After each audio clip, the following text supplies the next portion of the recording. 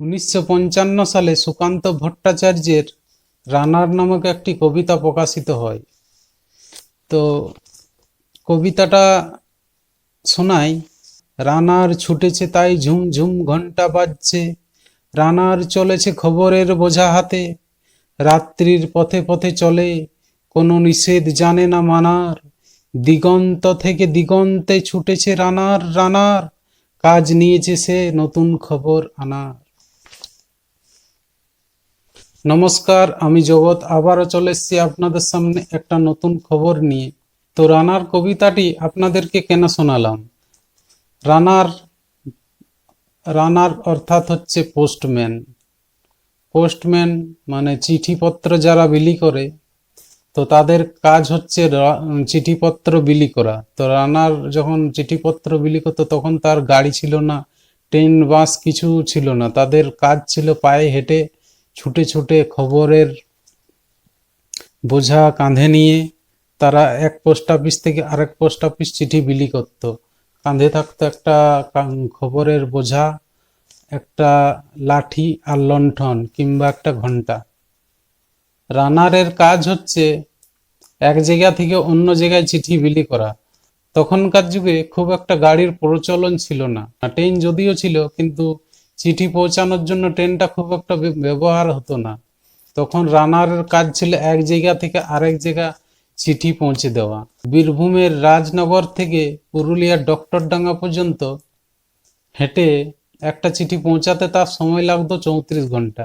কিন্তু বর্তমান সময়ে দীর্ঘ 5 বছর পার হয়ে যাওয়ার পরও রাজনগরের বাসিন্দা আফরোজ হোসেন তার স্ত্রীকে পাঠা মানি অর্ডার, তার স্ত্রী সারিয়া খানম যিনি পুরুলিয়ায় ডক্টরডাঙ্গায় থাকেন বর্তমানে, তার বাবার কাছে 5 বছর পার হয়ে যাওয়ার পরও 2000 টাকার মানি অর্ডার এখনো পেলেন না। তো ঘটনা ডিটেলসে একটু যাই। 5/7/19 2000 টাকা পাঠিয়েছিলাম আমি আমার স্ত্রীকে পোস্ট অফিসের মাধ্যমে পুরুলিয়ায়। সেই টাকাটা কিন্তু এখন পর্যন্ত পাইনি। রায়নগরে এতে পোস্ট অফিসে লিখিত দিলাম, কিন্তু উনি আমার কোনো রিসিভ কপি দেননি। তারপরে পোস্টমাস্টার এখান থেকে ট্রান্সফার নিয়ে চলে যান। নতুন একজন পোস্টমাস্টার এলেন, ওনাকে বললাম, উনি একটা চিঠি করলেন সুপার ফেব্রুয়ারি মাসে। রিসিভ কপিটা আছে যে আপনার তদন্ত হচ্ছে বলে আজ 10 মাস হয়ে গেল, আমি কোনো খোঁজ খবরই পেলাম না। আমি এর মধ্যেও অনেকবার গেছি পোস্ট অফিসে, উনি শুধু আমাকে একটাই কথা বলছেন যে আপনি সিউড়ি যান। এখন আমার কথা হচ্ছে যে টাকাটা আমি যাতে ফেরত পাই। টাকাটা খুব বড় অ্যামাউন্ট ছিল না, এজ এ 2000 অনলি, বাট ওইটা ওইখান থেকেও বলছে আমরা ছেড়ে দিয়েছি, আর এই কিন্তু পোস্ট অফিস বলে আমরা পাই না। টাকাটা কোথায় যে ঘোরাফেরা করছে আজ পর্যন্ত আমরা খোঁজ খবর কিছুই পাচ্ছি না। কোথায় গেল টাকা? কেউ তো রিসিভ করেছে, রিসিভ করলে অবশ্যই তার ফিডব্যাক থাকবে, তো সেটাও তো পাচ্ছি না। আফরোজ বাবু একটা ওষুধের দোকানে কাজ করেন।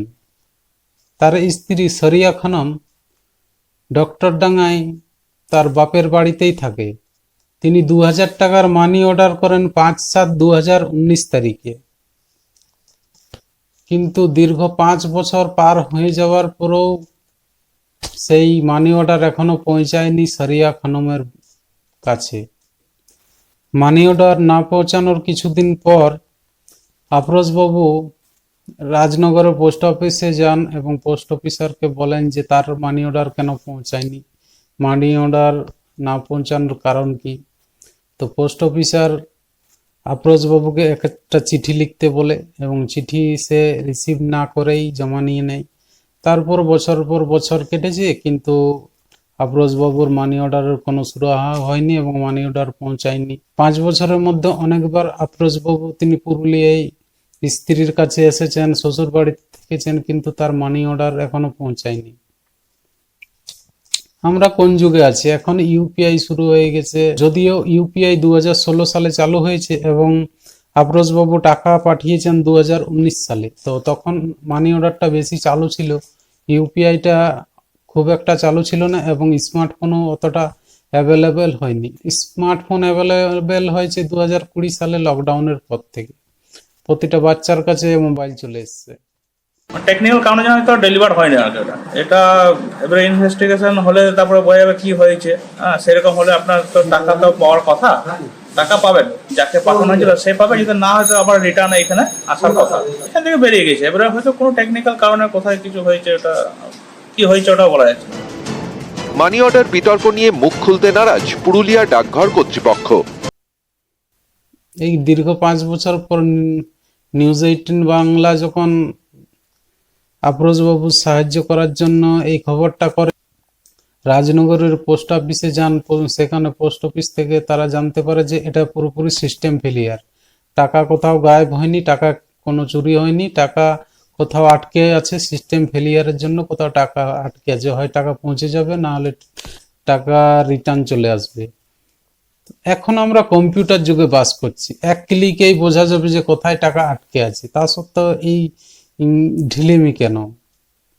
মানুষ কোথায় চাঁদে পৌঁছে গেছে, আর একটা চিঠি পৌঁছাতে কিংবা একটা মানি অর্ডার পৌঁছাতে এত যদি সময় লাগে। পোস্ট অফিস সিস্টেমটা সরকার চালু রেখেছে মানুষের সুবিধার্থে, কিন্তু এই সুবিধা অনেক সময়, পোস্ট অফিসের এই সুবিধা অনেক সময় অনেকটা বিপদে এনে দেয়।